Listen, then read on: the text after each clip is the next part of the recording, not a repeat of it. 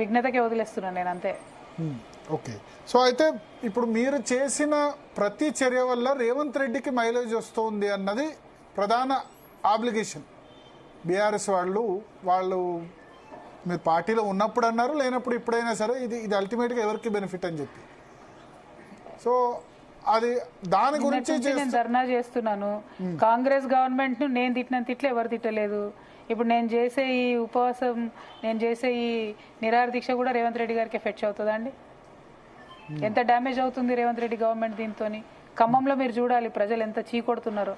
3 మంత్రులు ఉండి 750 ఇండ్లను గులగొడతారా? అసలు నిన్న అక్కడ మాట్లాడిన ఆడబిడ్డలు శాపనార్థాలు ఉంటే మీకు తెలుస్తుంది నేను ఎవరి కోసం పనిచేస్తున్నాను. నేను ఓన్లీ ప్రజల కోసం పనిచేస్తున్నా. రేవంత్ రెడ్డి కోసమో, బీజేపీ కోసమో, కేసీఆర్ గారి కోసమో నేను చేయడం లేదు, చెయ్యను కూడా. నేను ఇండిపెండెంట్ ఉమెన్ అండి, చాలా చాలా శక్తివంతమైన మహిళను నేను.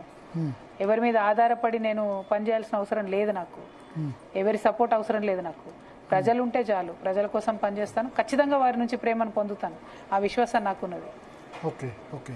సో మేడం, ఇప్పుడు జాగృతి ద్వారా మహిళలు యువతపై ఎక్కువగా ఫోకస్ చేస్తున్నారు. మహిళా నాయకత్వం మరింత బలపడాలని కూడా మీరు ఎప్పటి నుంచో చెప్తున్నారు కదా. ఇప్పుడు ఏంటి, రాజకీయంగా కూడా ఒక కొత్త దారి చూపాలని ప్రజలు ఆశిస్తున్నారు. కొత్త పార్టీ ప్రధాన ఎజెండా ఎలా ఉండబోతుంది? ఎజెండా ఇప్పుడే చెప్పలేను, పార్టీ పెట్టిన రోజే చెప్తాను.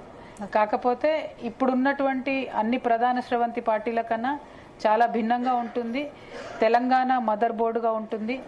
ఏది చేసినా తెలంగాణ ఫస్ట్ అనేటటువంటి ఫిలాసఫీతోని పనిచేసేటటువంటి ఏకైక ప్రాంతీయ పార్టీగా, ఏకైక ఇంటి పార్టీగా ఉంటుంది. ఇవాళ BRS national party, BJP national party, Congress national party, MIM national party.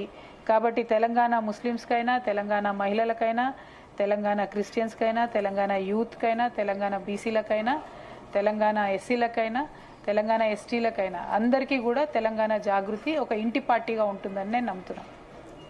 Madam, మీరు ఇప్పుడు మా తమ్ముళ్ళలో పెట్టాం, మీ పార్టీ, మీ టార్గెట్ ఎవరు? కొత్త పార్టీ వెనుక ఉన్నది ఎవరు? టార్గెట్ అంటే ఒకటి ఇక్కడ అడుగుతున్నాను. మీరు అన్నారు ముఖ్యమంత్రి అయితే తప్పేంటి అని. ఇప్పుడు బీసీలకు రిజర్వేషన్స్ లేకపోతే రాజ్యాధికారం బహుశా నమ్మేవాళ్ళేమో, నేను పార్టీ పెడితే బీసీ ముఖ్యమంత్రి చేస్తాం, నేను గాను ముఖ్యమంత్రి అంటే బహుశా వచ్చేదేమో. మీరు బీసీలకు 42% రిజర్వేషన్ అంటారు, నేను ముఖ్యమంత్రి కావాలంటారు. మరి జనం నుంచి నేను ఆ సందర్భంలో కూడా చాలా మందిని అడిగాను, కవిత కూడా ఫైట్ చేస్తున్నారు కదా 42% రిజర్వేషన్ అంటే. అల్టిమేట్గా ఆమె వెలమ కులమే కదా, వెలమ కులం వాళ్ళు బీసీలకు ఎట్లా సపోర్ట్ చేస్తారు? ఇట్లా చాలా అప్రహెన్షన్స్ ఉన్నాయి. మనస్ఫూర్తిగా ఉండదు, ఏదో రాజకీయ ఉద్యమం కోసం లేకపోతే ఏదో వాడుకునేందు కోసం. ఇట్లా అనే వాళ్ళకు మీరు ఇచ్చే జవాబు? అంటే నేను ఎస్టీలకు 6 to 10% ఇంక్రీజ్ కావాలని కూడా ఫైట్ చేస్తున్నాను. ఎస్సీల్లో వర్గీకరణ కావాలని కూడా ఫైట్ చేసినాను. బీసీల కోసం ఫైట్ చేస్తున్నాము, ముస్లింల హక్కుల కోసం ఫైట్ చేస్తున్నాము. మేము ఫైట్ చేయండి ఎవరి కోసం చెప్పండి? మేము బీసీల కోసం ఫైట్ చేసాం కాబట్టి మీరు ఒకటే మాట మాట్లాడాలి, ఇంకొకటి ఏం లేదు అని చెప్తే ఎట్లా? మా విధానం ఏందో మేము పార్టీ పెట్టిన రోజు మేము మీకు చెప్తాం కదా. నేను పర్సనల్గా చెప్తూ వచ్చింది ఏంటంటే, ఖచ్చితంగా ఏదో ఒక రోజు ఈ రాష్ట్రాన్ని నేను ముఖ్యమంత్రి అవుతానని చెప్పాను. ఒక పొలిటీషియన్ అనేవాడు హైయెస్ట్ స్థానానికి పోవాలని కోరుకోకుండా పార్టీ పెడితే ఆ పార్టీ నడుచుడు కూడా డౌటే. కాబట్టి హైయెస్ట్ స్థానానికి పోవాలని ప్రతి ఒక్కరు కోరుకుంటారు, నేను కూడా కోరుకుంటున్నాను. ఏదో ఒక రోజు సాధ్యం అవుతుంది కూడా. మేము తీసుకునే అన్ని ఇష్యూస్ లో ఒకే రకమైన జడ్జిమెంట్ చేయాలని మా పార్టీకి ఒక ఎజెండా ఉంటది, అది చెప్పిన తర్వాత దాని మీద జడ్జ్ చేస్తే బాగుంటది. చెప్పండి. ముఖ్యమంత్రి కావాలనుకున్న నిర్ణయం పార్టీ నుంచి బయటకు వచ్చిన తర్వాతనా లేకపోతే ముందే ఉండిందా? బీఆర్ఎస్ లో ఉన్నప్పుడే బయటకు వచ్చిన తర్వాతనే అది కూడా అనవసరంగా నా భర్తను లాగి పాలిటిక్స్ లోకి లేనిపోని విమర్శలు చేశారు, ఒక రోజు చేపించారు గుంటనక్క గారు. కాబట్టి ఆ రోజే చెప్పాను నేను ఫస్ట్ టైం, నేను కూడా ఏదో ఒక రోజు సీఎం అవుతా, మీరందరు చేసిన అన్నిటిని కూడా బయట పెడతా, ఎంక్వైరీ చేపిస్తా, 2014 నుంచి ఇప్పటి వరకు ఏమేమైందో అన్ని కూడా తీస్తా బయటకు అని చెప్పింది ఆ రోజు. నేను పార్టీలో ఉన్నప్పుడు ఎప్పుడు కూడా నేను సీఎం అవ్వాలని ఎప్పుడు అనుకోలేదు.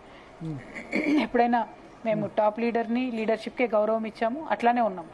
పార్టీలోంచి బయటికి వచ్చాక, బయటికి పంపిన తర్వాత నన్ను ఇంకా కూడా నన్ను వేధిస్తూ నా కుటుంబ సభ్యుల్ని నా భర్తను కూడా అందులోకి లాగి వేధిస్తుంటే ఆ ఆవేశంలో ఆ కోపంలో నేను బలంగా చెప్పాను, దానికి ఫిక్స్ అయిపోయాను, ఏదో ఒక రోజు ఖచ్చితంగా సీఎం అయితే రాష్ట్రానికి. ఓకే, అంటే పార్టీలో ఉన్నప్పుడు అప్పుడు ఆ ప్లీనరీ